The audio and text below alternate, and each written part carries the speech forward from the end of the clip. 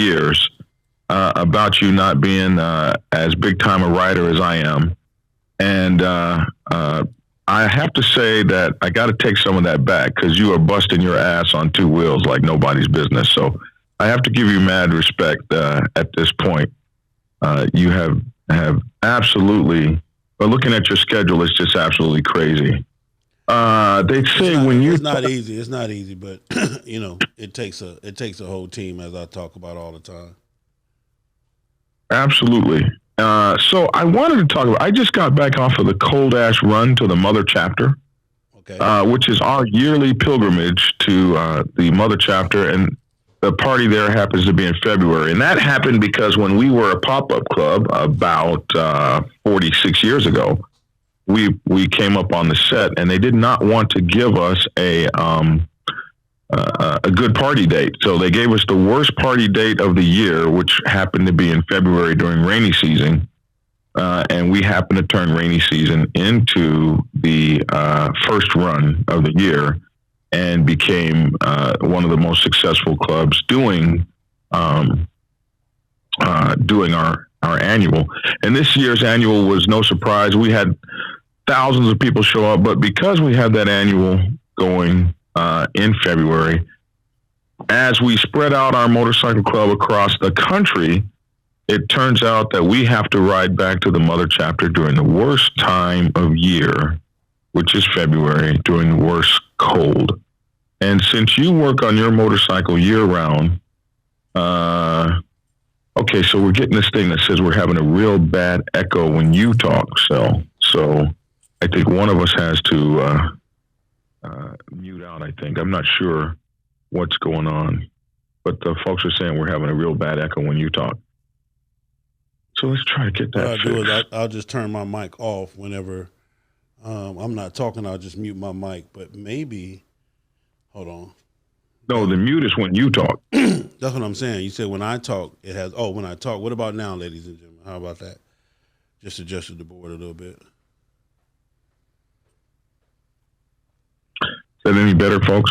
So I wanted to talk to you. I wanted to interview you about and see and actually kind of compare notes and see if you experience the same kinds of things I experience when you're traveling cross country in the winter specifically. What do you think? One of the things I'm going to tell you is this right now. We're going to go on and get this out the way is that, John, you're getting older. And as we both get older, because I'm experiencing the same things too with getting older. And that's one of the things that, us as riders, we don't, I never really thought about getting older. I never really thought about I'll be 50, 52 years old on a motorcycle riding like I'm 25 or, even, not that it even mattered or was an issue. The biggest thing is this, is that number one is that, again, okay, hold up. So, okay, hold up. You're echoing bad. The folks are telling me you're echoing badly. I'm echoing. They say you gotta mute one of your systems. How many systems you got up? It's only one coming into you. The Bluetooth is what I'm talking to you on via Bluetooth, but everything else is muted except my mic. I mean, I have nothing else. Nothing. I got my speakers all the way down. It's not. You should be talking to me on Bluetooth. We're not on the phone. Yeah, but I'm talking to you through Skype. So that's my Bluetooth, but I mean that's through the board. That's how you hear me. Echo. Not unless do you have any volume up in your studio? That may be what it is. Whatever volume you have in your studio, you have to turn it off and listen to me through the headphones. I'm listening to you headphones. I have no volume in my studio. Okay, and I have no volume in my studio. Let me see. What are we doing? The echo is horrible. On my YouTube channel, they say we sound hella good on my YouTube channel. They said it's his system. Yeah, tell him then. Tell him Big Sale. Tell him FHO. We good over here, man. You understand me? We good over here, FHO, man. They said it's your system, Jay. How's that? Is that any better? Man, why are you echoing, Sal?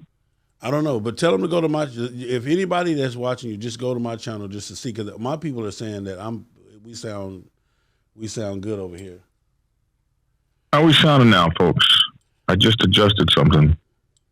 See if LA Cheers, LA Soul Brother Cheers, 7 Carat. Everybody's, I got nothing but thumbs up saying we good on mine. Oh, say hello to 7 Carat for me. She on there. Wow. She can hear you. She right there. Miss 7 Carat. I need to get her in the studio too. Miss 7, you need to have your butt in the studio. I need to get you over here as soon as possible this week because you have some history. And actually, let me say this right now. Let me give her this credit. Before Facebook, YouTube, Instagram, before all of that, 7 Before all of that. Before all of that, 7 Carat. If you wanted your party known, it had to go through 7 Carat. She had back then, I don't know what phone system she had or she had a BlackBerry. She had the BlackBerry. Well, she was the party information. If you wanted to know where a party was or what was going on, you had to have 7 Carat. You had to have her locked and loaded, and she blasted it. And even I remember her back then charging people $20, $50, or whatever, and people would complain back then and etc. 7 Carat, they still complaining now about the same $20 and $50, just to let you know. And we way more high tech than what it was that you were doing. But I honestly say she is the she is the founder of this text blast stuff, the text blasting and what we have today as far as getting the word out there. She actually was before her time. So shout out to my girl 7 Carat. All right, how are we sounding now? How are we sounding now? I sound. Can you guys? It's up again. I have no echo on this end. Folks, how are we sounding now? Great. Okay. Yeah, it was your end, man. Oh, it was? Okay. No, it wasn't. Oh, hell. It was my end. Yeah. Normally, if you have any other volume up, like, that normally causes it, but hey. I'm still trying to learn how to use this damn stuff. Okay, Dragon is low. Let me bring my volume back up. That's better. All right, we're on. So this is my, can you see my Snow Bear Disciple ring? Let me see. I'm not even on your page. Let me see what you got. That's my Snow Bear Disciple ring. This is the Snow Bear Disciple ring for making our cross-country journey as Snow Bear's brother to the walrus. Nice. Yeah, that's real nice. We need to get you one. We need to get you one of these rings. What is that? But that's like a real high tallish silver or something. What is that? No, this is not silver, bro. This is stainless steel or something. I wish I could tell that lie. Yeah, this is silver, a real high polished silver. So, Big Sal, tell me this now. You were getting back to the story. Okay, so you're saying I'm getting old, and I am 57 next. We're both. It's just hands down. You have to understand, man. This cross country is almost the same as running a marathon. You know what I'm saying? But except you're doing it on 2 wheels. But you still have to have the same vigorous health. You still have to have the same vigorous attitude. You still have to have the same vigorous mindset. You cannot be in any way, shape, form, or fashion not in shape to ride your motorcycle across country. Period. Me personally, I start next month. My journey, next month, I'm taking my first West Coast trip. My diet started last month. My diet, my sleeping, my exercising, getting back healthy. Right now, I have a bad knee. A lot of people don't know my knee has been really killing me lately. But bad knees bent on a motorcycle for hours on end. Hey, it is what it is. So. But it all has to do with it. One thing I want to tell you is this, and I know we fight back and forth a lot. And when I say fight, we just talk shit back and forth. Is that one thing about this riding, John? Is that you cannot do it once a year or twice. You have to do this on a continuous basis. If you, especially a person like you or me, I ride a lot, and you kind of slow down a little bit. When you get back to it, it's gonna be worse than if you had never done it before. And that may have been some of the issues with you, with this trip being a little bit more challenging because you really haven't done it, the long distance, back and forth. This year, I'll be on the West Coast 3 times this year. And that's minimum. That's if nothing else, causes me to go back. As of right now, I'm scheduled. Hey, hold on. We lost you for a second. So say that again. You were saying I ride. You were saying you got to keep riding. And you said I ride, and then you disappeared. Okay, so what I was saying is this: you have to do this long distance, this cross country thing. You have to do it on a continuous basis. If you like you used to do on a continuous basis, then you stop, and now you do one ride a year. That's going to hurt you more than you had never done it before. You understand what I'm saying? Because now your mind and everything else is like, hey, boo, we not off the motorcycle yet? You still riding? You understand what I'm saying? Because it's not used to those long distance rides. Like I was saying, this year I have 3 rides going to the West Coast, and that's scheduled. That's not mentioning if anything else pop up or whatever.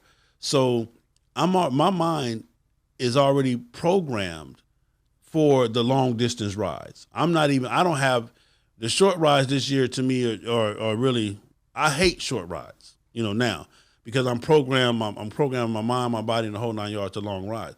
So this ride may have been more trying for you, John. Number one, again, we both have gotten older, but number two, you didn't take any longer journeys or on a consistent basis before this. And that's almost worse than never doing it before, per se. Well, absolutely. And also my motorcycle took a beating. So anything that you let sit up, so I basically didn't go on a long ride for almost like maybe a year and a half.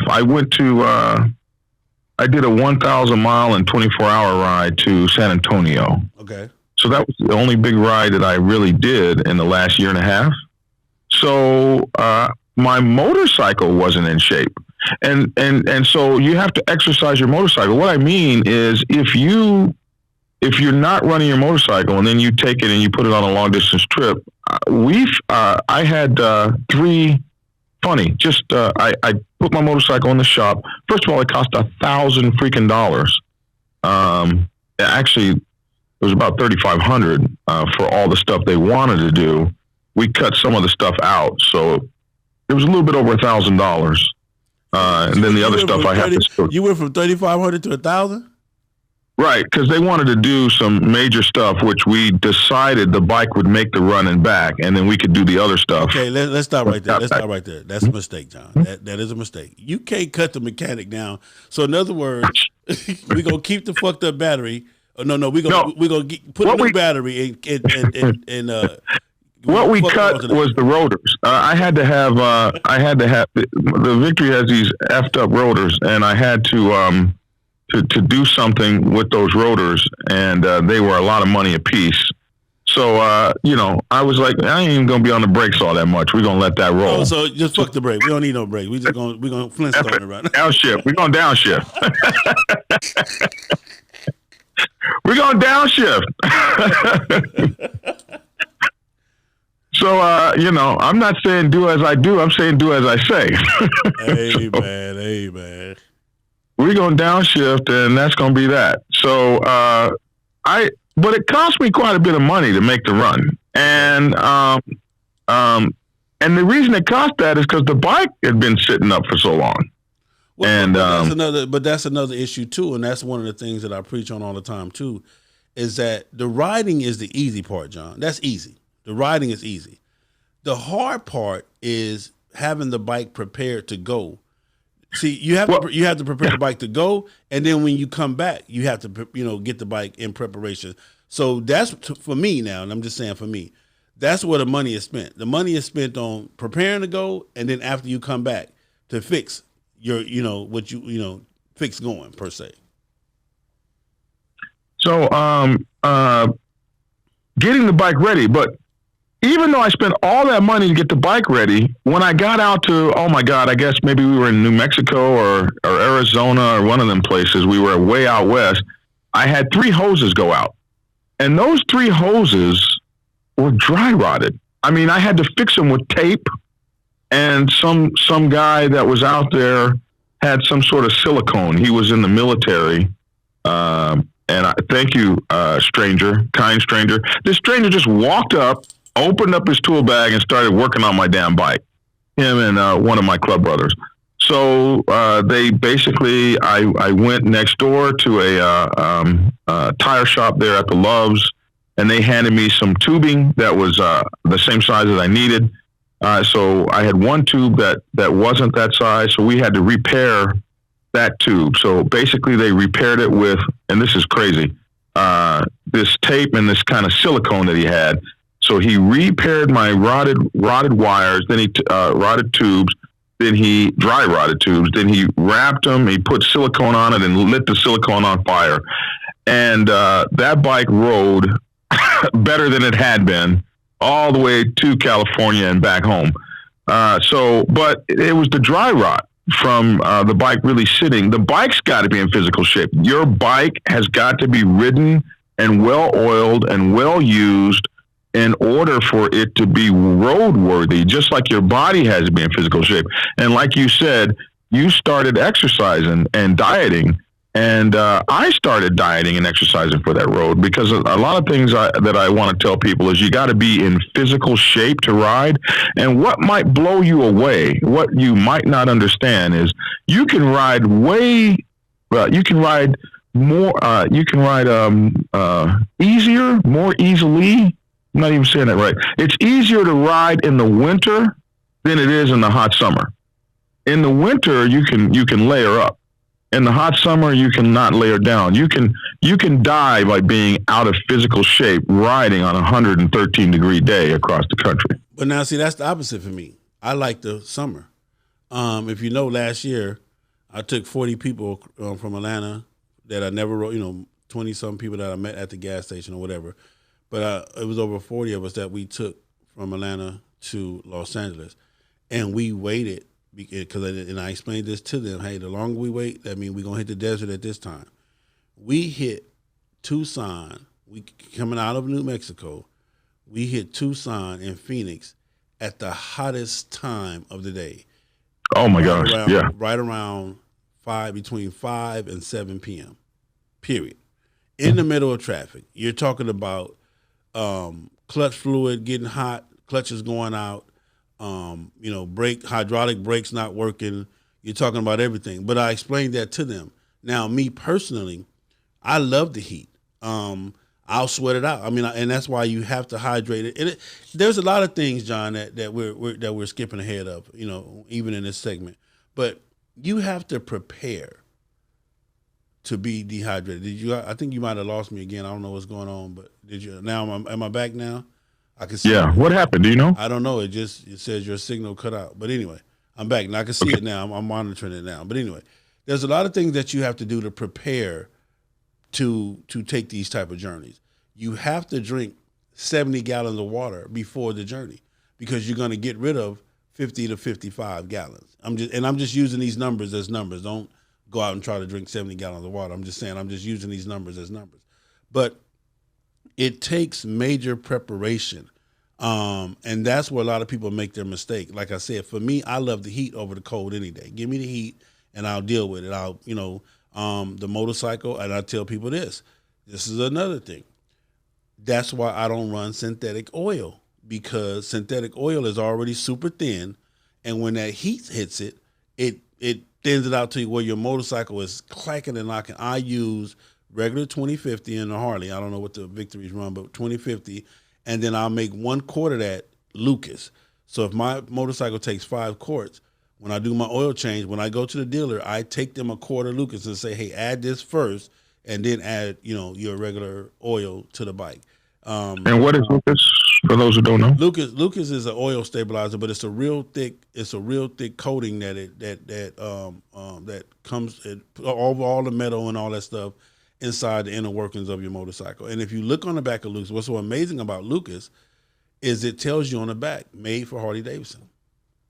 So you can use it on any motorcycles or whatever, but it tells you. And my thing of it is I don't think that they would be able to endorse and put the whole Harley Davidson name on there if this wasn't something that Harley Davidson agreed with. That's just my personal belief. A lot of people don't, so I don't put that shit on my bike. Fine, but for me, I'm just telling you it works. And I go across country in the middle of the heat. I've been across there at 119 degrees.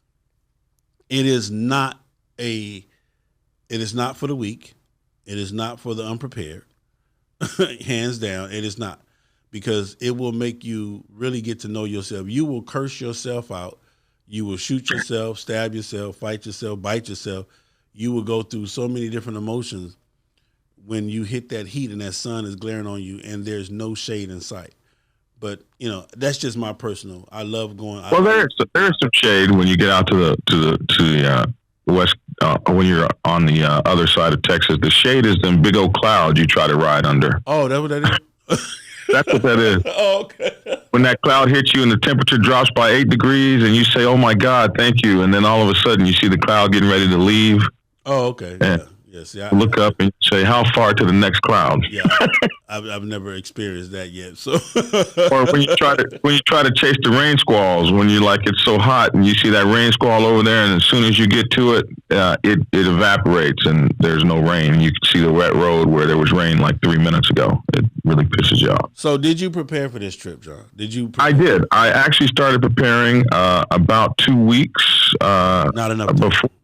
I should have prepared about a month before, maybe a couple months, but I started my diet about maybe 3 weeks before the trip, and I was dieting pretty good. When I'm on the trip, I eat very light. That's another thing. I'm typically eating Subway salads on a trip. I might eat once a day. I don't want to. I got this thing. I don't like to crap in strange places. I got to be at home or in my hotel room.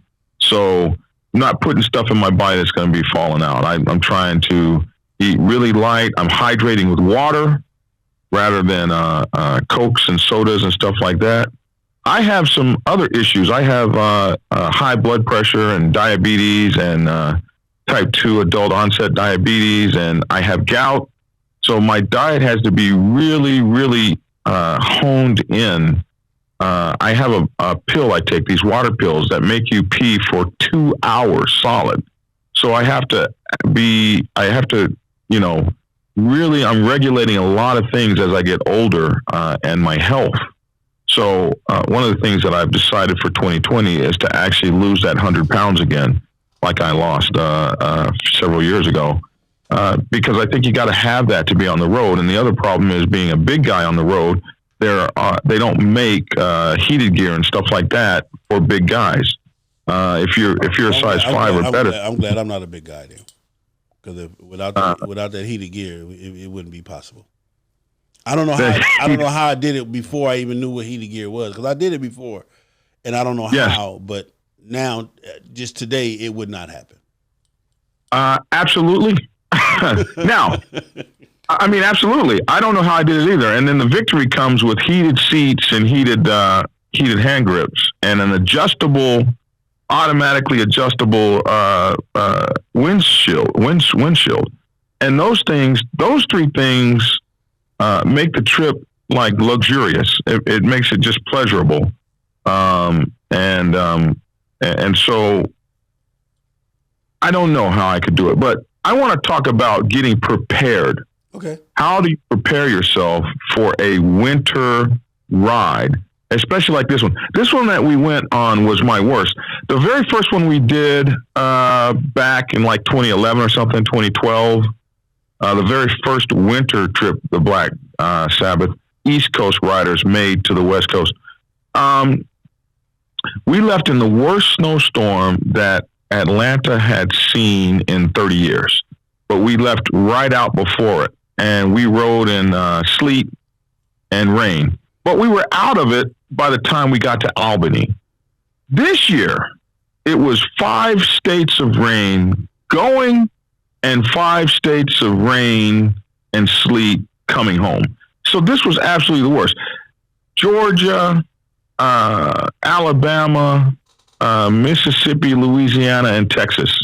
It rained the entire time. And I mean the godforsaken rain, like the skies open up on you. This was the Noah's Ark rain.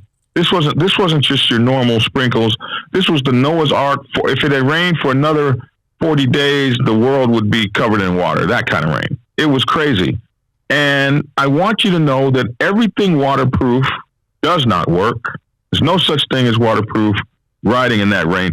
No waterproof gloves, no waterproof boots, your rain suit. I was using Frog Togs. I will never use Frog Togs again. my nuts were wet, my chest was wet, everything was wet. So I'm gonna search for a more improved rain suit. But not only was it raining, but it was cold, and not only was it cold, but we had 30 to 60 knot winds we were riding through, 20 knots, sometimes gusting up to 60 knots. So we had rain. So the wind chill on the bike was crazy. So if you're riding in 40-degree weather, you're probably down into the 30s with the wind chill and the rain beating on you. You can't see. You don't have windshield wipers. So in such a situation, what do you do to prepare for that? So, for the most part, John, the first preparation is, 2 months out. I start watching the weather. I start watching the weather patterns, and I start watching the weather in all of the other states that I have to cross through. Okay. There's an app called My Radar. If you're on a motorcycle, the My Radar app is one of the baddest apps ever created. Check it out. It's called My Radar, if you can get that. Is it free or does it cost? It's free, but they have a cost version too. I'm subscribed, so I'm paying for the call. I want the whole 9 yards of what they have to offer. But anyway, it's a free app called My Radar. The My Radar app, it tracks you and it shows, okay, this is you, this is where you at, and this is what you're going through. So with the My Radar app, and let me tell you something. You got to understand this, who raised me when it came to getting Yonda. I was raised by Snowman, and then I was polished by Highway Smiling. Those are some of the greatest cats that I know of to ever, in my era now. Of course, I got all my OGs, not taking nothing from my OGs, solid cats. But in my era, them were some of the baddest cats to ever even don a motorcycle in cross country. So anyway, Smiley is the one who taught me with the My Radar app how to, we might have to do 90 miles an hour through this state so that we can slow down, because we want to get, we want the rain to come through, before we get there, or we want it to be in front of it, either want to be in front of it or behind it. But all of that takes preparation and knowing this, knowing your motorcycle, knowing your trip, the whole 9 yards. So to prepare for a winter ride, what you do not want to do is wait until it's time for you to get on your motorcycle to check your gear. That's what you don't want to do. You want to go outside. You want to get your gear on, all your gear. You want to get it on. You want to make sure that it's not too big.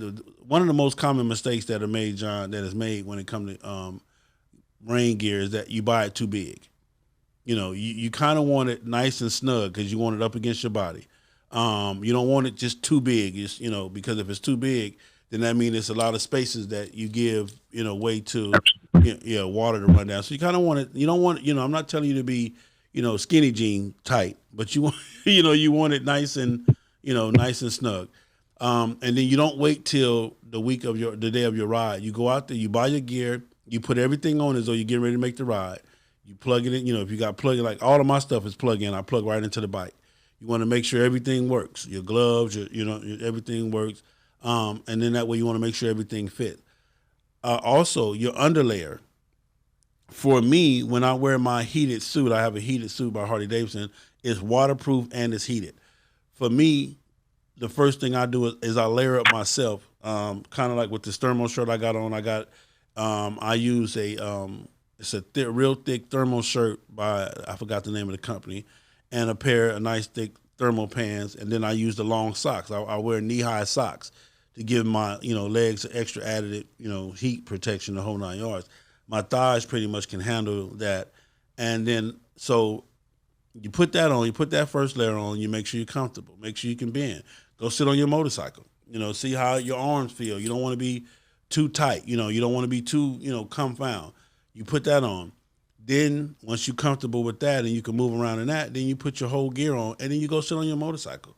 You see how comfortable it is. You plug it up, make sure everything works. If you got batteries, charge them up, make sure they're working, the whole 9 yards. But the other part of it is this. Understand this. There's no such thing as being comfortable on your motorcycle. I don't care if it's perfect weather, if it's raining, if it's you're just going to have to be tough enough to deal with it. Period. It's a mental game. Being on a bike is being cold. Being on a bike is being hot. Period. It's a mental game. And that's just it. I mean, you can be, you try to make yourself as comfortable, but there's no such thing as being totally 100% comfortable. No. You're fooling yourself if you believe that. If you believe, like John said, that this rain suit gonna keep you dry, then you're fooling yourself. You feel what I'm saying? Now it's made to keep to repel and to keep you most of the water off of you. But hey, God that invented the rain and He has a way of finding out how to get into you. So you'll never get past You it. get to a point where you say to yourself, "Okay, I'm comfortable to ride. I can maintain like this. Period. This right here, I can do this another 8 hours. I'll be okay." And you have to deal with it. It's a mental game. Riding long distance, riding in heat, riding in cold, it's all mental. You tell yourself, "Hey, this is what I'm doing. This is what I have to do."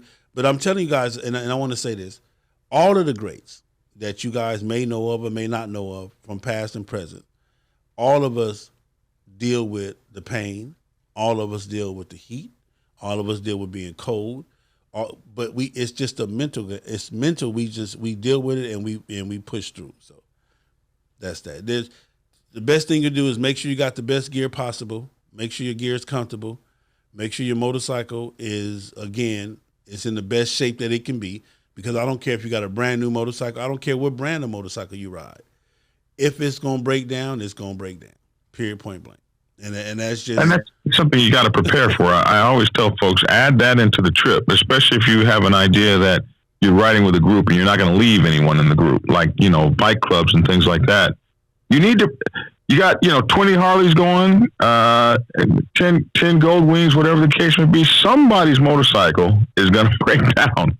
That's part of it. It's going to break down. And it's going to cost you some hours at the Harley Davidson dealership or whatever. But it's going to cost you some time. And that's where the brotherhood comes in at right there. When you're on the side of the road, and I'm on the side of the road, not because I didn't prepare or not because my motorcycle's not together, but we're on the side of the road because your motorcycle is fucked up and you didn't prepare. So that's where your brotherhood and the bonds are being made because, the inconvenience and you guys find a way to make it happen. Let me say this. People always ask me, Sil, what do I need to get Yonda? And I'm going to ask your audience this. What is the number one thing that you need to get Yonda? And I want you to tell me some of the responses they got, John, and I'm gonna tell if anybody get it, which I doubt they do. Some of my people should know what is the number one thing you get Yonda. I did a show on this the other day. There's one thing you need before you even get Yonda. It's the most important thing that you need. You know what it is? No, the mental attitude that you can do it, I would imagine. No, that's automatic. But I'll just go on and put it out there. I was hoping if anybody wants to try to. Let me see if the folks might know. Okay. What is the most important thing you need to know before you get Yonda? Getting Yonda means getting out on that bike. And how many states did you say it took to be? Yonda is 800 miles or better going one way. 800 miles one way. Shell said this many years ago. Yeah. So in order to get Yonda, you got to break the state line, but you got to do more than just break the state line. You got to go 800 You need to do 800 miles one way, which you can do all in Texas, by the way, and never break the state line. And I'm gonna explain that. I'm gonna explain that. So people say, "Well, so 800." And the reason why I say that is this: 800 miles or better going one way is getting Yonda, based on the fact that you cannot do 1,600 miles in 24 hours. You are a bad. You are a bad. And then we have a 1,500. Huh? We broke up again, John. I think I'm looking at the signal right now, so I'll let you know when it comes back. But that was my definition of getting Yonda. 800 miles or better going one way, because 1,600 miles in a 24-hour period is a lot. I'm not saying that it can't be done. I'm not saying that nobody's bad enough to do it. But now we're back. We're back. I'm watching. I'm watching. Anyway, so I was describing why I came up with Yonda 800 miles or better, because 1,600 miles in a 24-hour period is, I'm not saying that it can't be done. I'm not saying nobody is bad enough to do it. But that is tremendously, exceptionally a lot. And dangerous. Please say exceptionally dangerous. Exceptionally dangerous. All right, so to answer the question, the number one thing you need in order to get Yonda, and this is the most important thing, is a backup plan. The backup plan, just hands down. Amen. That's the number one thing. Yeah. Before you leave, you need to have a backup plan. Now, the backup plan can consist of, like with me, my backup plan is I have an emergency credit card with $1,500 on it. So the worst that can happen to me is that my whole motorcycle goes to shit. I get it to the dealership or leave it on the side of the road, and you get me to the nearest airplane or train, or, even if I got to do a rental, you understand me? The hell with that bike. Or if I get it to a dealership and they say, hey man, it's going to be this amount of money to fix it, set it to the side, brother, I'll be back, or the parts are going to be 3 days. I might not want to wait 3 days. I might just fly home and then come back, and redo the trip. But that's all part of your plan B, Your backup plan, period. That's all part of the backup plan, whatever it may Which be. is the same thing with an RV. You don't put an RV on the road without $6,000 in the bank, because a tire on that sucker is $500. So, so same kind of thing. So I like that. The first thing you need to get Yonda, which is 800 miles or better, is a backup plan. Okay, going one way now. Don't say round trip. 800 miles or better, going one way. 800 miles going one way. Me and you can go to lunch. We can do an 800-mile round trip and go to lunch and come on back. And be nothing, right? Roll over to whatever. Yeah. You know what I'm saying? But 800 miles is 800 miles takes most people a day. That part. It takes most people a day to ride 800 miles. So that's what we're saying. That's why we named it 800, because to turn around, to do 800 and then turn around and come back, you're a bad man. So, that's where we got the Yonda from. But that's the number one thing, man, is to have a backup plan, to understand that, hey, if this, for whatever reason, if this journey does not continue, I'm able to get back home and just continue life as usual. We've had people that have had to leave their motorcycle at the dealership for 2 weeks and then, fly home and then come back and get the motorcycle and ride it back home. We've had people, we've had some shit like with us. If you take a trip with me or my group and they say, hey man, we can get your motorcycle fixed, it'll be 24 hours. Okay, well, we might postpone that. We might go get a room and, all hang out and, see what's in the city. But if they get to talking about, man, it's going to be 48, we wait on the park going to be 4 or 5 days. Hey, bro, what are you going to do? Are you going to the train station or the bus? Because we finna keep going. At that point, we're not leaving you, but we're saying, hey, we're going to keep going because, at that time, you have to be grown enough to make those decisions.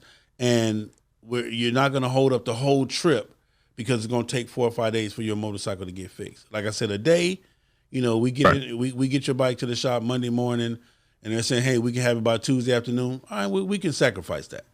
But we get your bike to the shop Monday morning, and they're saying, well, hey, man, we can have it by Friday. Say, brother, or you can say, hey, well, I'm going to just stay here and get me a room for a couple of days, and then I'll catch up to you guys later. But, again, that's part of the plan B that you have to have. Also, the second most important thing, that's the first most important thing. The second most important thing, John, when it comes to getting Yonda that you must have and you must be prepared to do is to be able to ride your motorcycle by yourself. To know where you're going, to know where you're going and to know how to get there by yourself. So you got to be able to depend on you no matter what. No matter what. No matter what, because folks can get mad at you, folks can leave, you be ass out on the side of the road, whatever. You got to be able to ride your bike. Period. That's the second. And get you back to where you came from. That's the second most important thing. Your backup plan is first, and like you said, being able to ride your motorcycle by yourself, being able to take this journey by yourself. Of course, it's your first time. You wanted to take it with people who knew what they were doing and this and that, but you have to be grown enough to be able to handle this trip by yourself. Because like I said, if for whatever reason we have to continue on, you feel what I'm saying? And then you're just, man, I don't know where I'm going. I don't know what I'm doing. Then that's just not a good thing at all. So those are the number two, one and two things, hands down, before you even start doing anything else. The third thing is at that point is start preparing your body. The third most important is start preparing your body, start preparing yourself to be uncomfortable. All right, baby, come give me a kiss. To be uncomfortable, to be frustrated, to be scared. That's another thing, Listen, Uh, Nighttime riding, you can't see. The rain is dumping hell on you, and the road is misting from the 18 wheelers, and you can't see past them to get past them. And you got an 18 wheeler bearing down on you at 90 because you slowed down to 60 because you couldn't see. So you got to roll back up, and the only thing you can use to see are the stripes on the side of the that you get. That's scary. That you got to ride through that. You've got to say, I believe in this bike and my riding abilities, and I got to pass that son of a bitch with his misting ass. And riding through that mist is something else, bro. For sure. And then you got another guy on the side of you. He's scared. He can't see. You can't see. And you got to push the I believe button, and you got to put on the big boy pants or get off the highway. Those are the two choices you have. Like I said, so at the end of the day, all of the greats have been scared. All of us have questioned, what the fuck are we doing? All of us have. Don't ever think that we're superheroes or we're, and I know you guys look at John Bunch as your hero. He's just this big old, king of the hill, unstoppable hero. No, sir. John, he's human just like everybody else. No, I'm not human. Up and away. Hey, man, I'm just saying, all of us have scary times and scary moments, and all of us question rides then and even rides now. Like, say, what the hell are you doing out here by yourself? What the hell going on? What the fuck? Should have just stayed home. We all go through that. That's all part of the Getting Yonda movement, the riding the cross country movement. And then, like I said, the rest of it is if whatever your belief is, a lot of people, some people believe in God, Allah, whatever it is you believe in, you have to make sure that you are as spiritually connected to that as possible, to that force of energy as possible, because you're gonna need it. Absolutely. So one of our folks talked about tune-up rides. He says before he goes on a ride, he always goes on a smaller, long-distance kind of ride to get tuned up. What do you think about that? If that works for him, then that's fine. I mean, I know what it is, so I don't need a tune-up. I already know what it is. So, but if that works for him, and that's what he wants. I actually do. I actually do tune-up rides. I'll do a 400-mile ride or something like that just to work my bike, especially if I haven't done it. And I wish I had done it this time because I would have discovered that O2 sensor tube leaking thingy-majig. And that would have worked a lot better for me. But I will do a tune-up ride just to. And I kind of did a tune-up ride this summer. Me and my brother went to the Dragon's Tail and tore that thing down. Yeah. And so you certain things you're gonna have bike problems. Maybe not this trip, but next trip. That's things you got to work on. What about riding in the cold? So you have your heated gear. What else do you do to prepare yourself mentally for the cold and rain and snow and sleet? I don't ride in the ice, but I will ride in snow and sleet. Listen, if it's snowing, hands down. If the road is icy or snowing, I'm off the road. That's Plan B. That's that emergency credit card. That's that emergency say, hey man, we we're going to have to wait 2 or 3 days or whatever, that we have to do. Okay. For me, you get no points for trying to prove that you can make it, because at the end of the day, if you don't make it, it's a wrap. So, no second chances on a motorcycle. No second chances on a motorcycle. Well, some people have had a second chance, but why take a chance at having a second chance on a motorcycle? So if I know it's going to be raining, if I know it's going to be snowing or whatever, then I'm not going. It's just not that important to me. Nothing is that important to me to do that. But if I'm out there and I get caught in those type of weather conditions, again, you buckle down and you get through it. Rain, I don't care about no type of rain. I done been in the rain and the wind where it's raining on right next to you, and on this side it's not raining. But I done been in a situation where it's raining, it's foggy, and then the wind won't even let you stay in your own lane. I done rode. I done rode sideways, as they say, where you literally sideways. It was to the point so bad. I'm gonna say this. I'm gonna use my partner name, my boy Pooh from. We Kings of the South. We were taking him to the West Coast, and it was so windy that he thought his fairing had broke on his motor. He's like, man, my fairing broke up. Why you say, man, because it's look crooked. Dude, you're riding sideways. Dude, you riding. He pulled over and was in a panic attack. Because he didn't realize he was riding sideways. He didn't realize he was riding sideways. So he's trying to sit straight up on a motorcycle, and he panicked. He pulled, hey, my shit, bro. Hey, what's wrong? Man.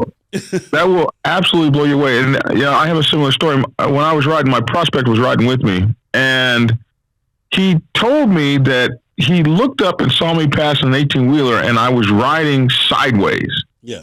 And he said it dawned on him, how the hell is he riding sideways? And that's when it hit him. Geez, I must be riding sideways too.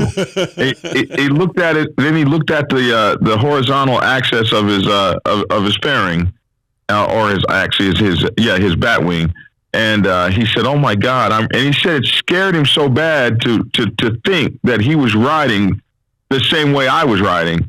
And then he said he thought to himself, well, if Dragon is up there doing it, it must be able to be done. And that's what kept him from pulling off the road in a panic.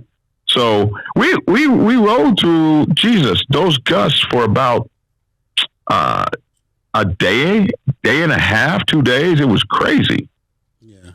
Let me do this real quick. Shout out to Frank Mayo for the donation. Appreciate you, brother. Also, shout out to Charlie Boy Parker for the donation. Shout out to, who was this? Hawk the Pack VA. What up, Hawk? And shout out to Jay Brown for you guys' donation. Thank you guys so much, man. I appreciate that. Again, before any of the other stuff that me and John is talking about, is that you have to have the confidence to ride your motorcycle. And that's hands down. If you lack confidence, the worst thing you can do on a motorcycle is panic. Panic is what will cause you to go down. Not the incident, not the finna hit the car or whatever.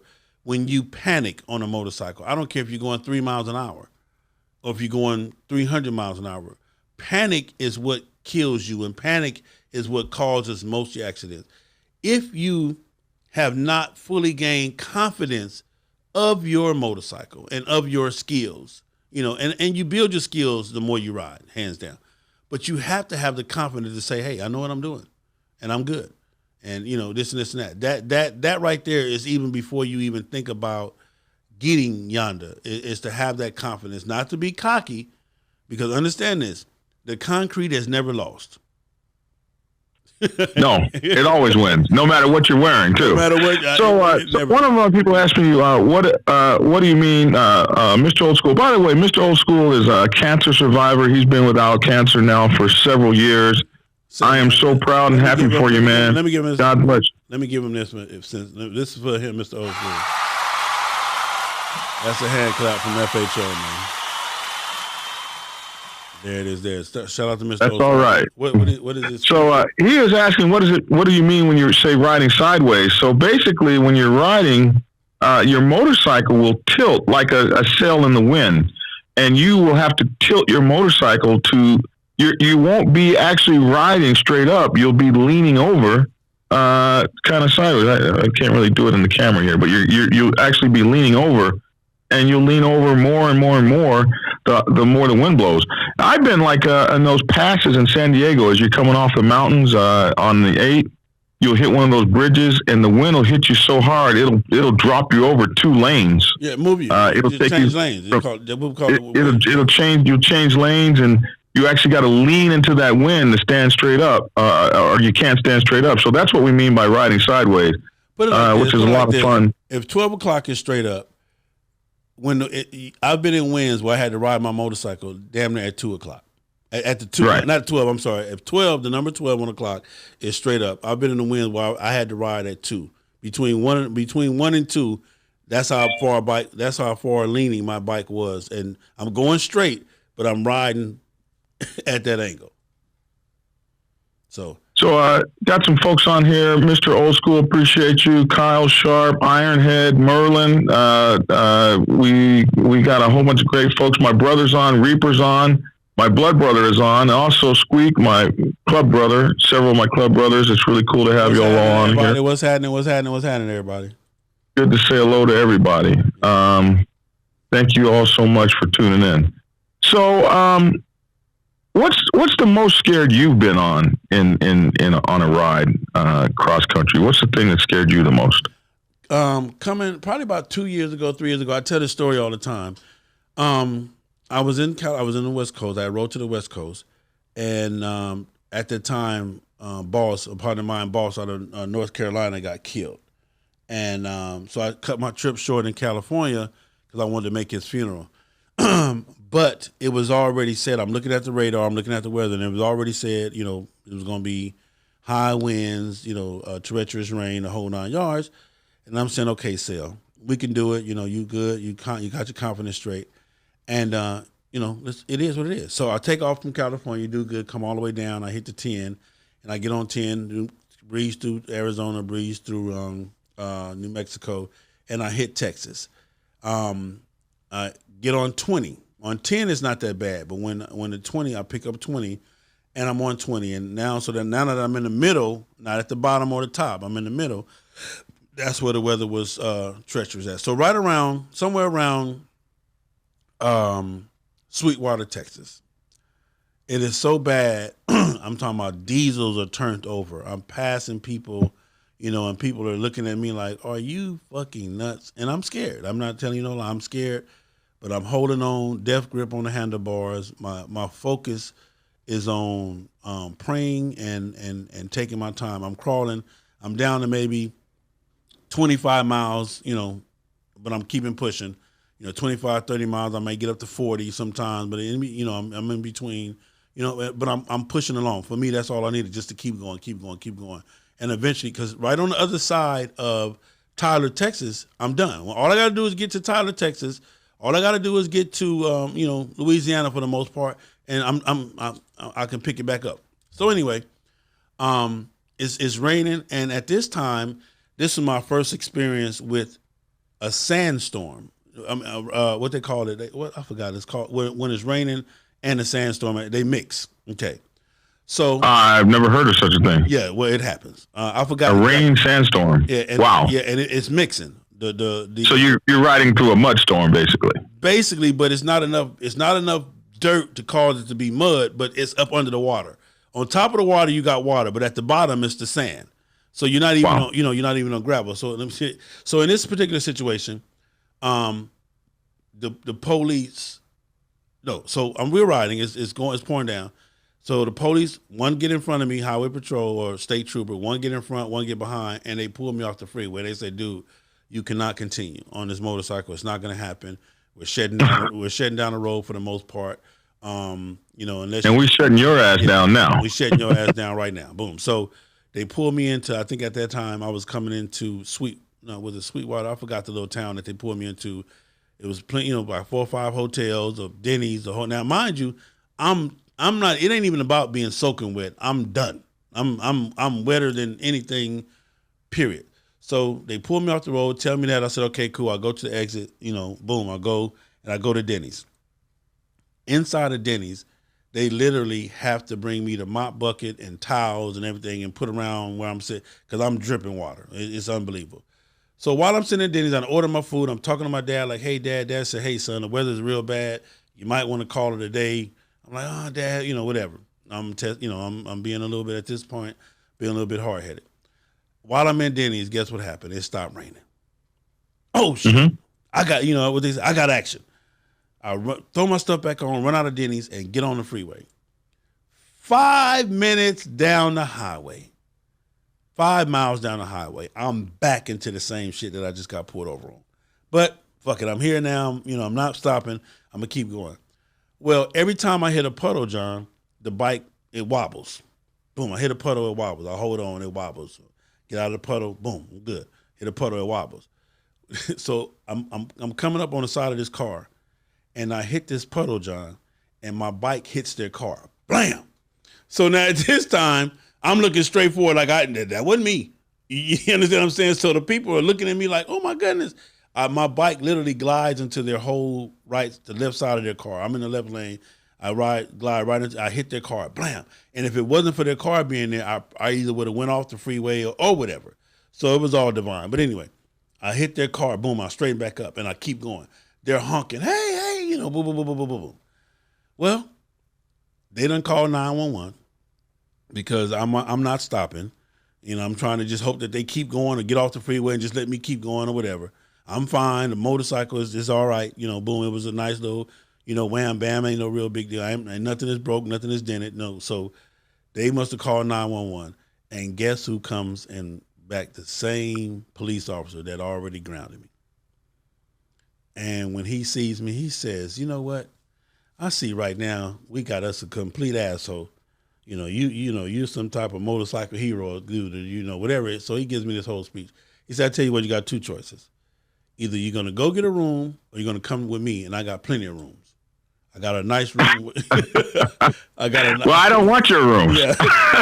So he literally turns the lights on, and they escort me to I think it was Sweetwater, Texas, to a hotel. Oh, yeah. Yeah, they escort me to Sweetwater, Texas, about 20 miles up the road to a hotel. And they pull into the hotel, and they tell the hotel people, "Listen, I want this motorcycle to block this door, your doorway, you know, as much as least as he can.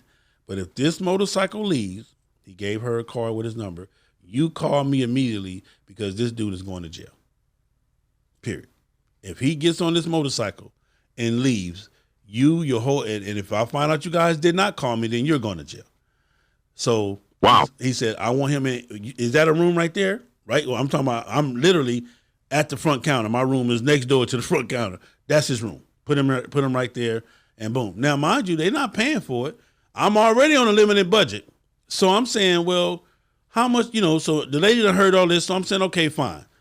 The room is $179 a night, John. Yeah, that's right. Yeah, that's right. Yeah, you know why that is, don't you? Yeah, because I'm stuck. No.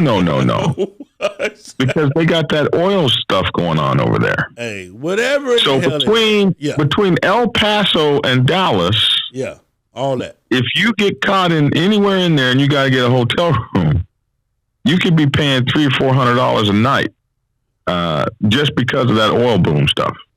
So I'm in the hotel. You know, I'm mad. But I'm stuck. And I'm talking about literally the staff is almost like coming, "Mr. Tillman, you all right?" "Oh, yeah, I'm good." "Oh, okay." So he done got everybody in the hotel scared. I can't leave. My bike is literally, people got to go around, coming out the hotel, you got to go around my bike to get out the front door, you know, and that's what he wanted. So, so it is what it is. So now 1 day goes by, 2 days go by, the rain not letting up, it's not stopping. So now I'm at $179 a night. You know, I guess I done got as much sleep as I'm gonna get. I'm mad. Of course, I done blew the funeral. At this point, I want to get out this hotel because either I'm gonna have to write a bad check or I'm gonna be in jail for fraud. Whichever one come first, because it's all bad. So, you know, money is this and that, and the family is checking on me. So everybody's good. So finally, on the third day, the maintenance man comes and say, "Hey, bro, the weather's letting up. If you're going to get your ass out of here, this is going to be the day you're going to do it. This staff here is the weekend staff or whatever it is, and they don't know about your situation. They want you to go move the bike." And I said, "They want me to move the bike?" He said, "Yeah." He said, so I'm already hearing what he's saying. They have no business asking me to move this bike. So if they want me to move the bike, then they don't know who I am. Man, I pack all my shit up real quick. Boom, I jump on the bike and I take off. And get to Dallas, Texas. And Dallas, Texas is underwater. Portions of the freeway is underwater. I'm literally watching behind me the water shut off the freeway as I go past. The water is shutting off the freeway. I can see freeway, I can see the road, but in my rearview mirror, it looked like a movie. It looks like a fucking movie where the water is shutting down the highway. I find a diesel. This diesel, for whatever reason, had more red lights on the back of it than any diesel I had ever saw. I lock in on those red lights, and literally, John, people are pulling up on the side of me. "Are you fucking crazy? Get your ass off the fucking freeway. You fucking dumb." I mean, they're going ballistic, you know, but I'm locked in on this diesel red lights. And it was a white 18-wheeler with super bright red lights on the back of it. I'm locked in. He slows down, I slow down. He speed up, I speed up. And I'm using his wheel path to stay in as least as much water as possible, because everywhere else is flooded. Dude, he gets me all the way to Tyler, Texas, Terrell, Texas, whatever it is. Mm-hmm. and I hit my blinker to get over because I need gas. And when I look up, the diesel is gone. He's gone, out of sight. 18-wheeler gone. Stop to get gas. The rain done stopped. I shake as much water off as I can. I get back on my bike, and everything from the other side of Terrell, Texas, Louisiana, dry as a bone. And I make it home. But when I got home, I got the whole entire family sick. So I brought the whooping cough with me. But that diesel, The whooping cough. I know that's right. yeah, if you've never heard of a story where, God sent an angel, I'm getting emotional just thinking about it right now. That diesel was my highway angel because I don't know where the diesel came from. I don't know why he had super duper bright lights. And when in the matter of me looking to the left, checking my mirror, looking to the right, and looking back up, the diesel was gone, never to be seen ever again. So, crazy, super crazy, super duper crazy. So that's what that was for me. That was my scariest ride. Would I ever do it again? No. I'm at a point now in my life now where I'm prepared to, if I have to be stuck 4 or 5 days, so be it. Or I just cancel the ride and head on back or whatever it may be. But it was cold. It was raining. It was misty, foggy, all of that combined. And then, like I said, the sand was up underneath the water. So every time you hit a puddle, you hitting the sand and the bike is doing a little wobbling. But for the most part, ladies and gentlemen, understand this. Put yourself in the best possible health you can put yourself in. Put yourself and put your motorcycle in the best possible condition it could be in.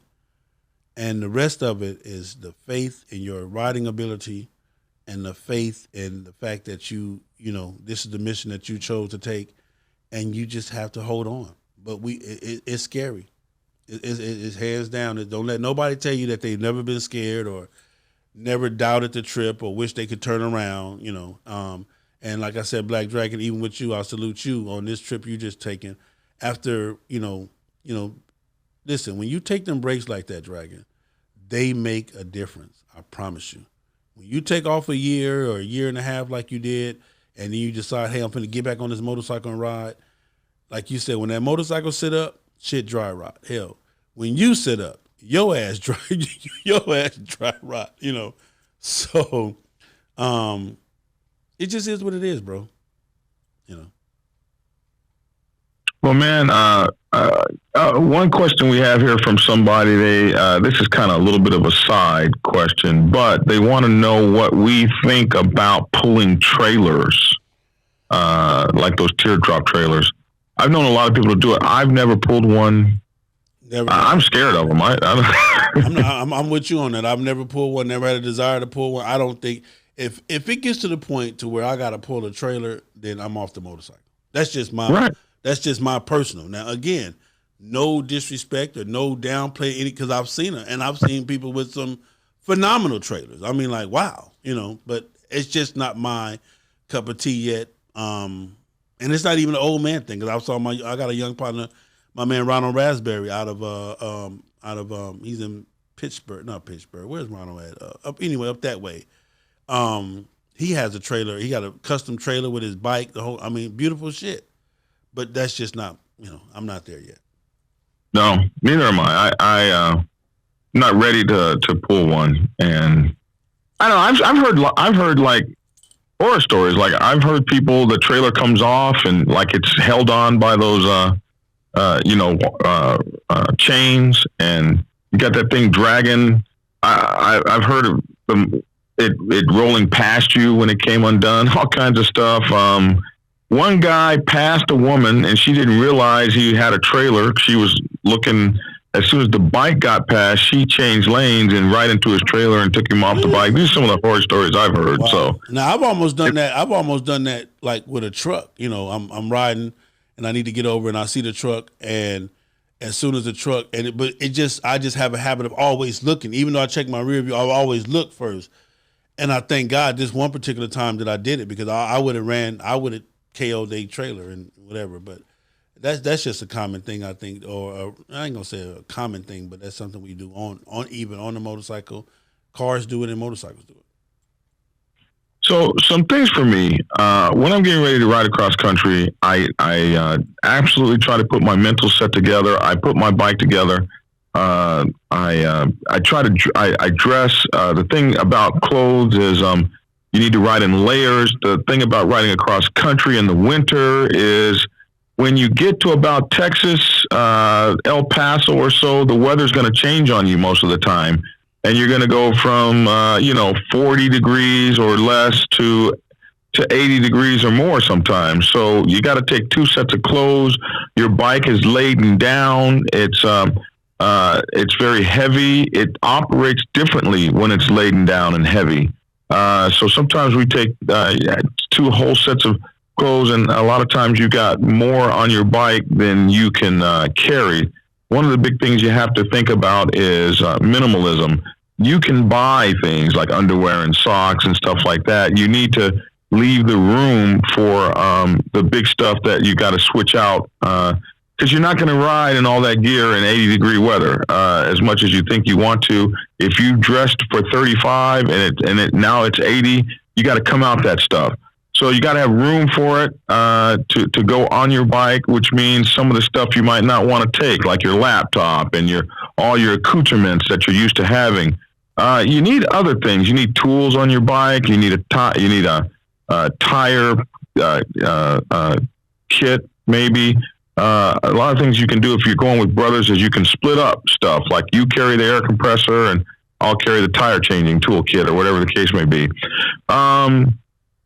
There's a lot of talk by some people about gas mileage. One of the things I learned on this trip is riding with different kinds of people that have different ideas, even though we're in the same club. For instance, I'm older, so I found out on this trip that I don't desire to ride to exhaustion anymore. Yeah. Some guy, so like I'm semi-retired, so I don't have to be back to work Monday morning. I used to have to be back to work Monday. So I had to party all Saturday night and get on that damn highway, not rested Sunday, and try to ride this gargantuan tour back to Atlanta across 2,500 miles of roadway. I don't have to do that anymore. I don't want to do it. I've got the patch for that. I don't need to do it. So even when I was even when I had done the trip a few times, I was like, wait a minute, man. Let me take enough days off to be able to take a trip. I tell people it probably takes 3 days to get across country. If you're really busting ass, you can do it in 2. I'm not busting ass like that with you, so I want 3 days. If it takes me 4, I'm not mad at myself.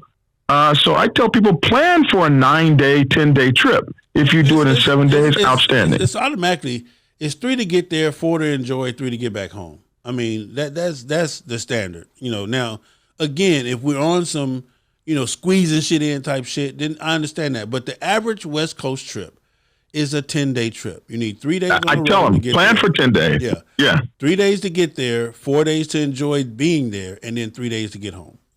And it's, Period. And so if you're not, but I've done it. I've done it where, okay, I got to get back to work, so I'm going to ride just for the annual. I get there Friday, Saturday. If you really want to be rested, you're talking about leaving the annual before 12 a.m. I got to. Well, the freaks don't come out until 12 a.m. so the freaks come out at night, but not till 12 a.m. They left that out the song. Well, so thing too, though, you listen. And let me say this to all of the people. I'm going to say this, John, on your podcast, to all of the people that understand it. When we come from out of town, we don't care to make everything that you guys got going on because we got to ride back home.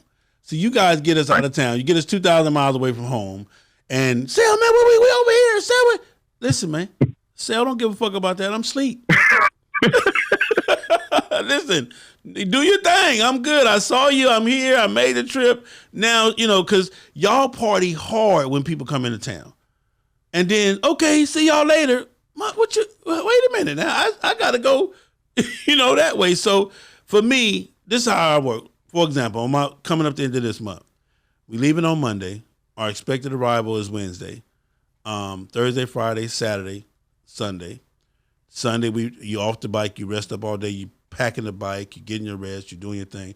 Monday, Tuesday, Wednesday, we back home. So from Monday to that following Wednesday is the time that we got for this trip. Now, coming home, we might can cut it into 2 days, but it's not no rush. And like Dragon said, if I need an extra day, then fuck it, we got an extra day because I always plan for that. That's just how I plan. Now, sometimes I have left here. For example, I left Arizona on Monday and was in my driveway Tuesday at 10 o'clock that night. So, I did a straight cannonball, run type of thing. And, it was just what I wanted to do. Is I was feeling good, let me get it done. Plus, again, funds was a little low. I ain't got time to be stopping at the expensive hotels to get no sleep. On that particular trip, I slept at the rest area. Right. Stuff like that. But again, amen. Yeah. But again, that's another thing important. But again, you plan it. You got to plan it and prepare it. You got to plan it and prepare it. And like I said, also, John, too, what you just mentioned was when you're riding with other people with different kind of motorcycles, with different kind of motors, with different kind of, their time not set up like your time. That comes different agendas, yeah. So that comes back to where, hey, you have to be grown enough to ride this motorcycle by yourself. By yourself. You got to be grown enough to ride this motorcycle by yourself. Because I ran into an interesting thing this trip. One of my close brothers drives an 18-wheeler. So he has his whole own 18-wheeler company. Okay, so he's got all these trucks and all this business.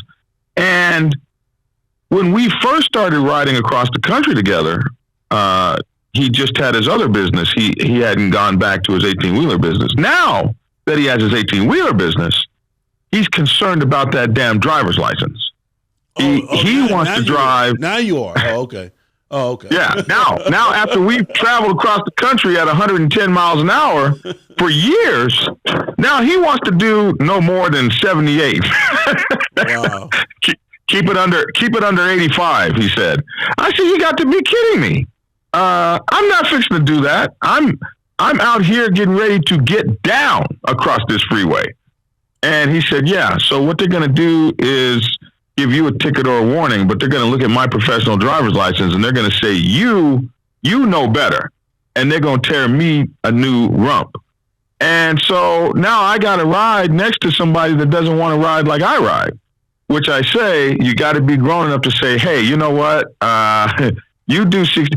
But the other thing is, you could be riding with younger guys that they want. And then in my club, we got these crazy patches these guys are riding for, like the 1,000 miles in 24-hour patch. We call it the 1K in a day, or the 1,500 miles in 1 day patch. And so you got a guy that's set in his mind, I'm not shutting it down till I get 1,500 miles, and that's 24 hours of riding. Okay. And more power to you. I see you on the other side. I'll see you on the other side.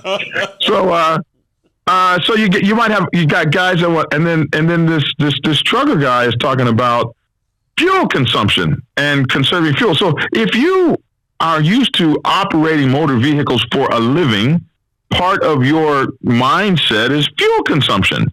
And, I get this big explanation how, well, if you're moving 80 miles an hour, you're not as efficient. You're more efficient if you're moving 95. You're just wasting gas. I'm not wasting gas. I'm getting down. I'm killing this thing. I'm riding my motorcycle. And I liken it to this.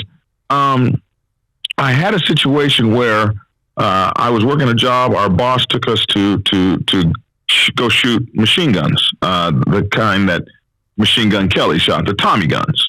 So we go in there, we get the Tommy guns. And he says, okay, I'm going to give you guys 200 rounds of ammunition each. Okay, so that the company paid for. So we go in there. This is Georgia. They will actually take you shooting.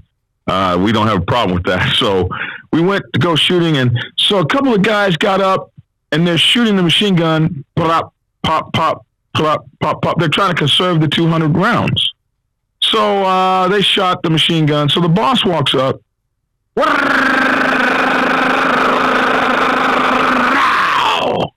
200 rounds gone just like that. I looked at him. I said, you just wasted all your ammunition. He said, look here, man. I get to shoot a machine gun once a year. I want to feel the machine gun. I can pop off rounds. in the all backyard, day long in the backyard. in the backyard. But to get a full 200 rounds of a machine gun, I'm going to enjoy the hell of that. I ride my motorcycle. So conversely, I ride my motorcycle across country a couple times a year. I'm not riding 4 or 5 times, maybe twice across the country a year. Not like you. You're probably riding 4 or 5 times now a year. So I'm riding my motorcycle cross country a couple times a year. 3 at the very most, mostly 2, 1 to 2 times. And I want to feel that sucker. I want to shoot that machine gun, man. Yeah. I want to feel it. So I don't want to ride next to your fuel conserving ass. If you don't have enough money for the fuel, what the hell are you doing out here? So listen, I tell everybody, we're doing 180 miles. I mean, we're doing 180 miles per tank. If your motorcycle can't do that, then this may be the wrong trip for you.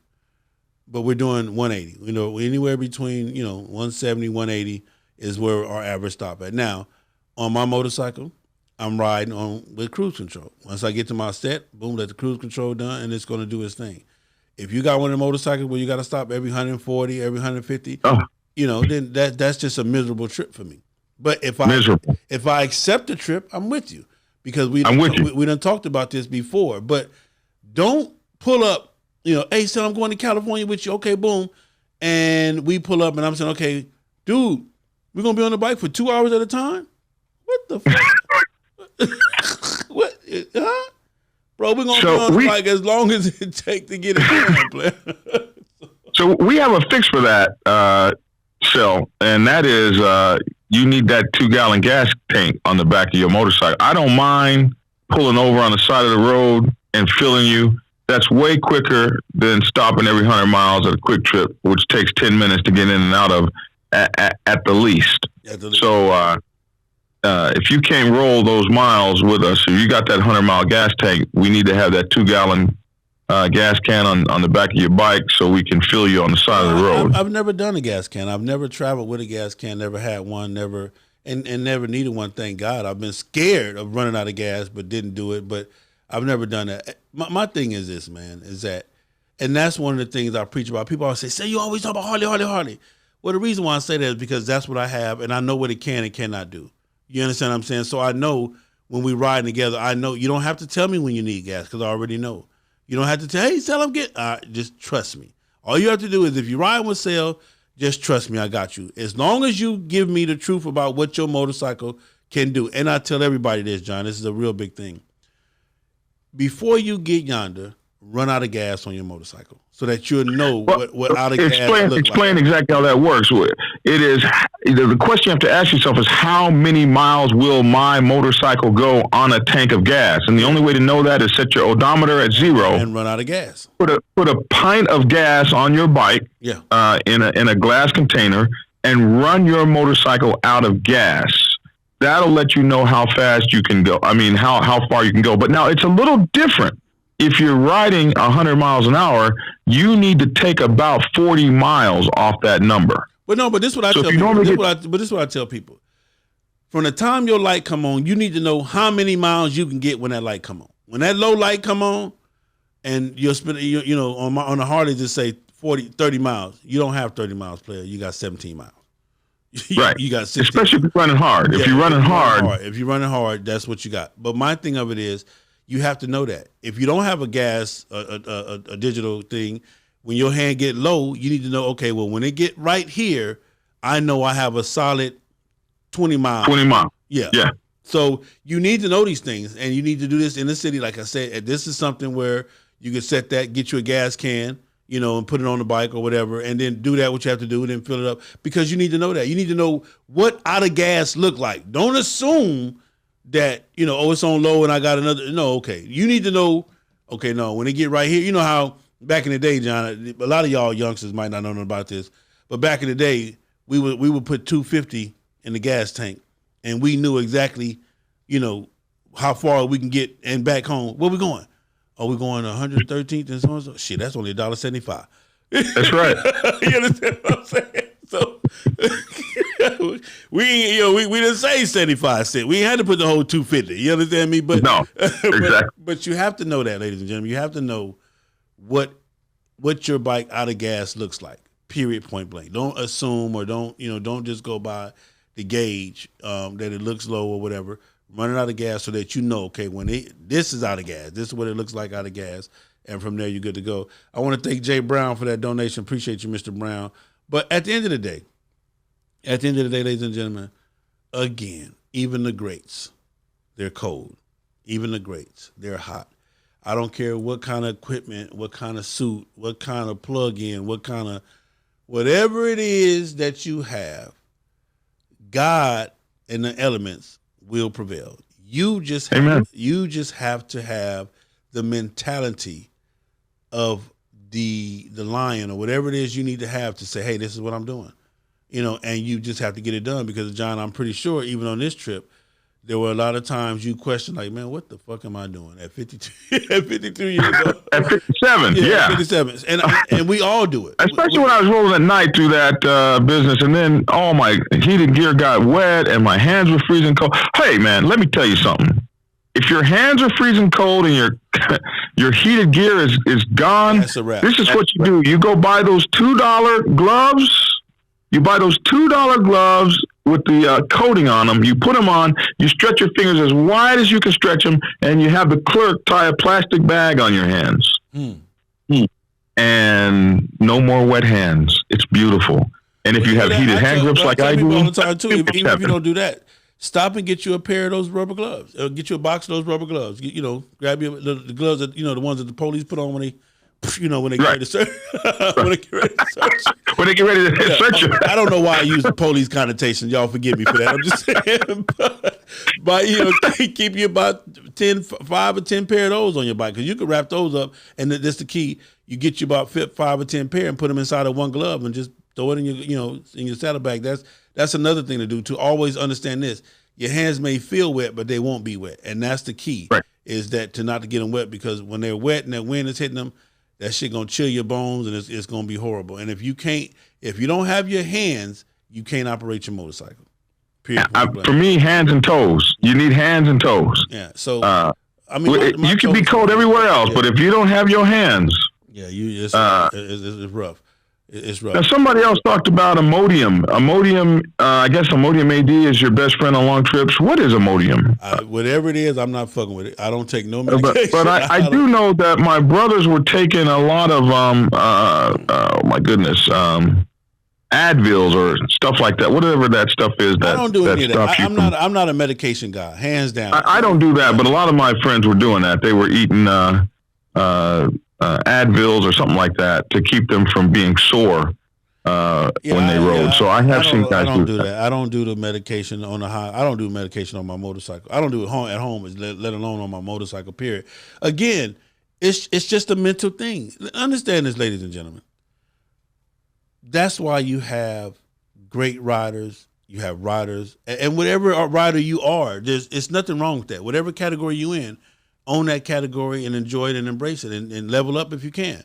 But when you got people like Flacco, doing 50,000 miles every year for the last 5 years on a motorcycle. So, documented. This ain't just a conversation. This is documented that this man has done over 50,000 miles every year for the last 5 years on a motorcycle. That's bananas. Yeah, don't. You congratulate him and enjoy his journey. You don't try to compete with that if that's not the lane that you in. Me, I average 40,000 miles a year on a motorcycle. It's just what I do. Don't ask me what are miles. It's just how it goes. They just come like that. But all I'm saying is to say this is that at the end of the day, it's all a mental game, and that's what makes us warriors. That's what make each and every one of you that ride, each and every one of you that attempted to ride, even each and every one of you that, I don't care if you ride to the liquor store and that's it. I don't care if you only put 3,000 miles on your bike or 30,000 miles on your bike in 1 year. What makes you special is that you have the mental capability to understand that this is a dangerous hobby, a dangerous lifestyle, and a dangerous situation, but you take it head on. mentally. When you get on that motorcycle, every time you straddle that motorcycle, I don't give a damn if you're going to the store or you're going to California. You risk never coming back home. Period. So that's why I salute you, every motorcycle rider out there. I salute you, and hands down, I want you to understand that and embrace that, and understand that, hey, you are a special individual because you have the courage and the heart to give up the safety of the cage. Not that the cars are that much more super duper safety, but you have the courage and the heart to give that up, and that's what makes you warriors. So, Man, I second that, and I salute you too for all the things that you're doing for the community. And I'm always very thankful for the fact that you helped me get on YouTube in the first place. It wouldn't have happened if it hadn't been for you showing me everything I need to do. And look how far we've come since those days. And I appreciate you, brother, and love you very much for that. yes, sir. Behind your movement, very proud of you. You've come a long way through the clubs and everything to be where you are right here today, comfortable in your own skin and riding your motorcycle with people who share your passion for this lifestyle. This is a weird one. Everybody I see, I was dealing with some police the other day, and the guy told me, I used to ride motorcycles until I began working this job. You hear it all: bucket donors, organ donors, this, that, and the other. We have picked a hell of a sport to be involved in, a hell of a thing to love, but it is what we do. Yeah. And if you're going to be getting Yonda, which Big Cell is defined as 800 miles, which takes most people about a day to get away from the crib and out there on that road. And there's so much, man.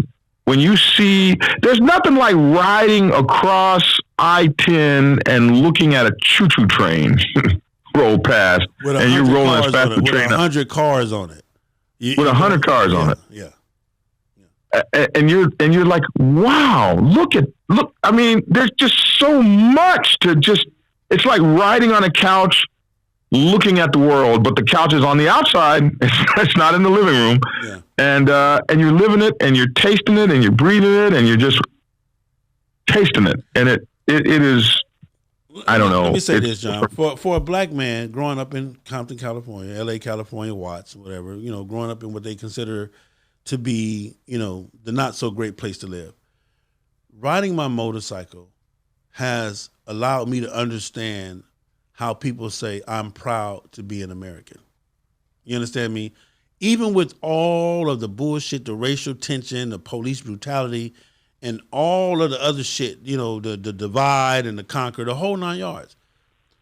When you're on that motorcycle and you're getting cross country, and you go through these little towns, and you go through these little cities, or you pull into this gas station, and the person in the gas station in a whole nother town looks just like you, talks just like you, sounds just like you. You feel what I'm saying? And then you're out here and you're seeing, damn, I didn't know they would have this here, or I didn't know they would have that there. Dude, that shit makes you say, you know what? I'm proud to be an American, and I'm proud. Oh, hold on one second. I don't know. Hold on one second. Hold on.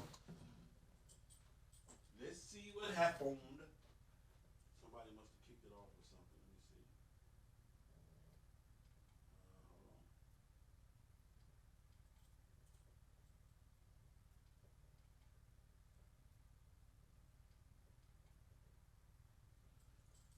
see. Is that it right there? We back on?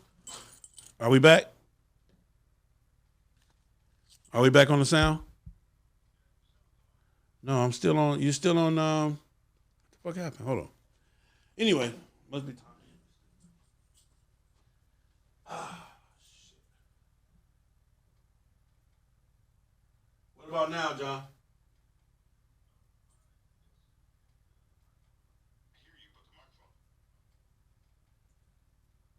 Wow. I don't know what happened. It should be on there now. Let me see something. Yeah, it's on there. It's on the board. Hold on. What about now?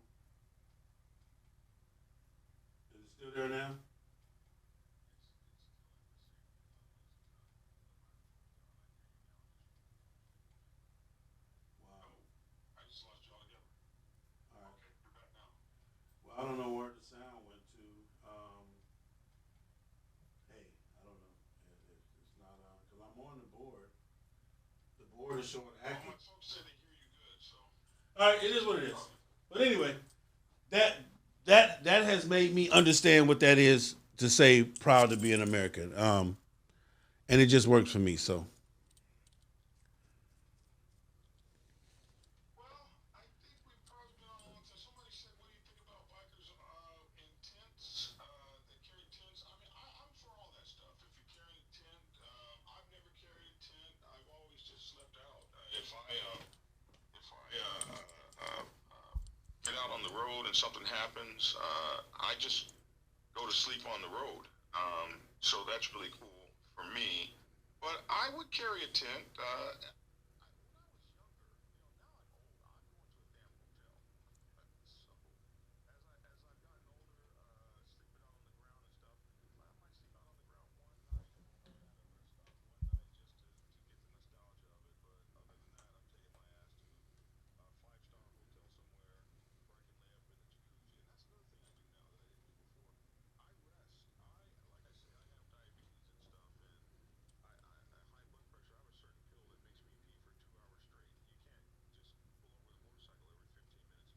So I like to ride, get to the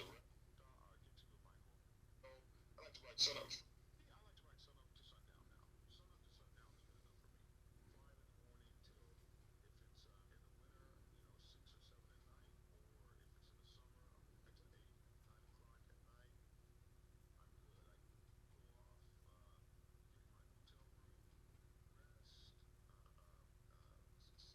Jacuzzi, sit in the sauna, chill out, have a good damn time. That's what I'm doing. I'm enjoying my trip. That's fun for me. So uh, I don't want to do anything else. I don't want to.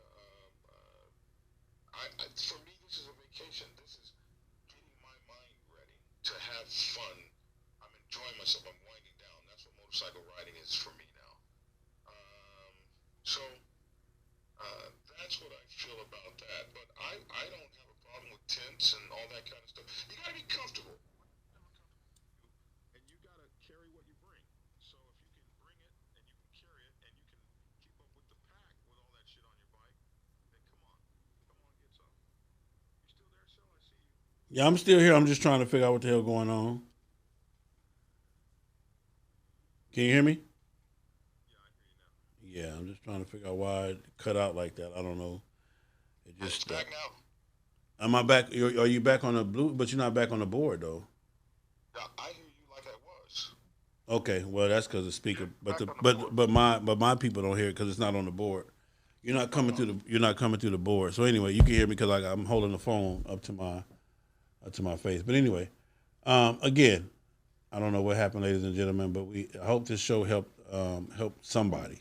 Um, and I hope you guys were able to take from it what you needed to take. And I just want to thank everybody that dropped a donation on my behalf. Jay Brown again, I think that was the last one. And again, it's been my pleasure, John. We need to do this more often. Man, I'm just so thankful to have you on the show, man. And thank you so much for hanging out with us for a little while. We've been meaning to do this for a long time. So now that I have the right kind of technology, once we get this technology down, we're able to run this a little better. But we've come leaps and bounds from the first time when we used to sit in my sit in my house next to each other. Yeah, yeah. So on that bench.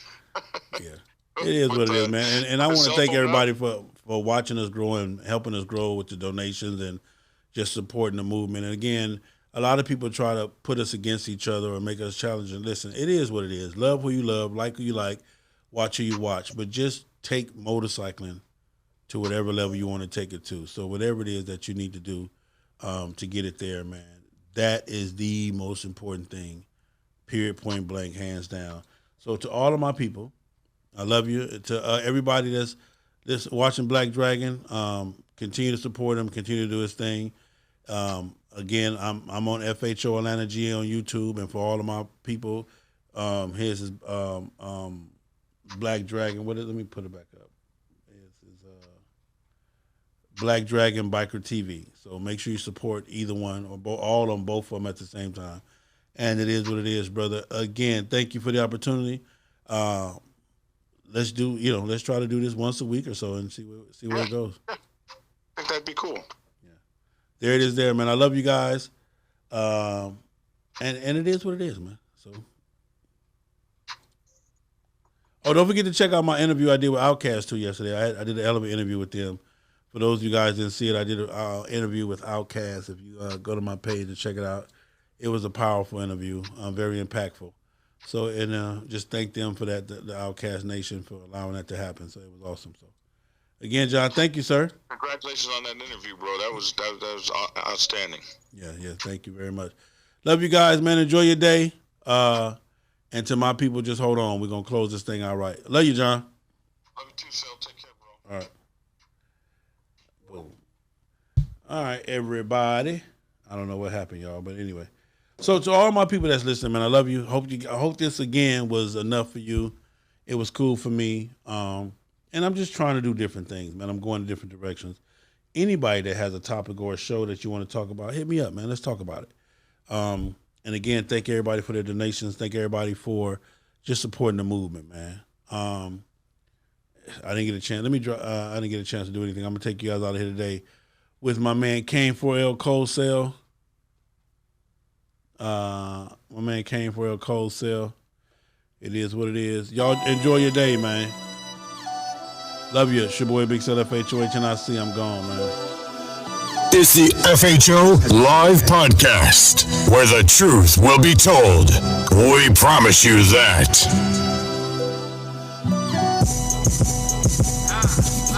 I remember them nights in a cold cell. Collect calls to the house, my mama in jail. They want $100,000 if I won't bail.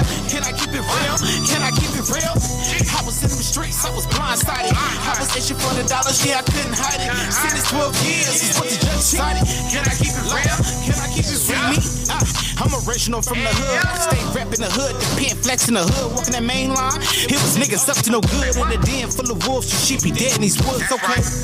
But I'm a product of my elements. Been last with OGs, let me stay focused on my intelligence. Cause the bullshit is nothing than irrelevance. They keen and niggas and watch them fold like some handkerchiefs. Yeah, but I'ma crease them up anyway. Here for 10 years, so he feeling like a throwaway. I bounce back and fade away like Hardaway. Penny for my thoughts, I'm nickel dime any day. Yeah, I stay reading them scriptures. They focus on black literature, painted perfect pictures. God damn. Hey, it's Big Cell. What that mouth do besides tell the truth on FHO Podcast Radio. Can I keep it real? I was in the streets, I was blindsided. I was itching for the dollars, yeah, I couldn't hide it. Sentenced 12 years is what the judge decided. Can I keep it real? Can I keep it real? Now that I'm free, I thank the Lord for my enemies. You opened up my eyes, Lord. You helped me see. My eyes bleed from the memories. Photo albums of me in the penitentiary. Cell scenes. Through the squabbles and the rumbles, I remain a G. I did what I had to do. So I D.O. I OT'd on the instrumental. I introduced my minnow to run the business in the benzo. So I lay low. I'm clocking ends by the pesos. Words from a true Nathaniel. I miss Nathaniel. Papa, please talk to the man above me. Tell him I'm a G and I OD.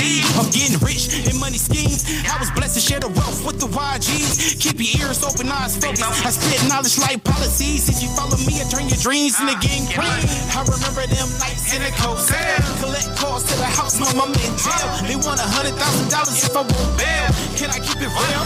Can I keep it real? I was in the streets, I was blindsided. I was itching for the dollars, yeah, I couldn't hide it. Sentenced 12 years is what the judge decided. Can I keep it real? Can I keep it real?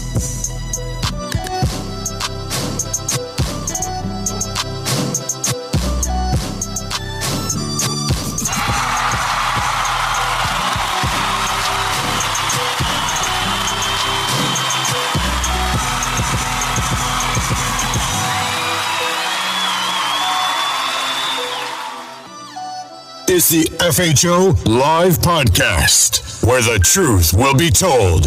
We promise you that.